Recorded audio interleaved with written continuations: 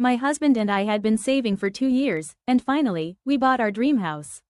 It was in a beautiful neighborhood, quiet, green, surrounded by nature. Everything about it felt perfect.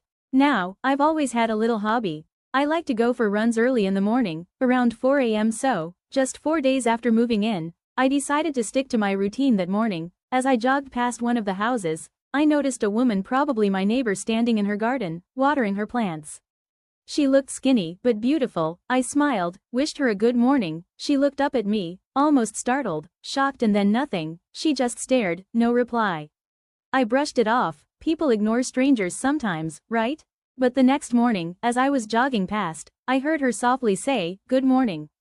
Her voice was low, almost fragile. I smiled and wished her back, and just like that, over the next few days, we started talking. At first, it was normal. We exchanged names. She said her name was Bella. She lived there with her husband, Rob, and their daughter, Jasmine. Seemed like a sweet family. But soon, I began noticing something strange. I only ever saw Bella at 4 a.m. during my runs. The rest of the day, it was as if she disappeared. She never stepped outside. One morning, I couldn't go for my run, so later that day, while heading to the grocery store, I saw Rob. I smiled and casually asked, "Hey, where's Bella?" He just glared at me, no answer, his eyes filled with anger, and then he stormed back into the house.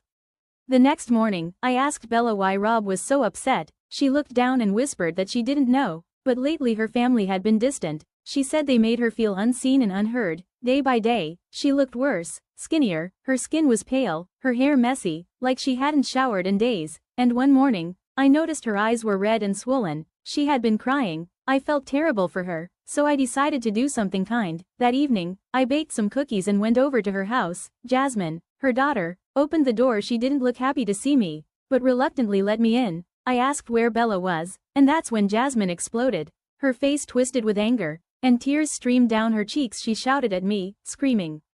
Rob came rushing in, furious. He yelled, asking how I could be so cruel, how I could bring up someone they had already lost. Confused, I tried to explain, but they threw me out of the house. I was shaken, and just then, another neighbor came over, asking what happened, and I told her everything. She looked at me with wide eyes and said, "Didn't anyone tell you?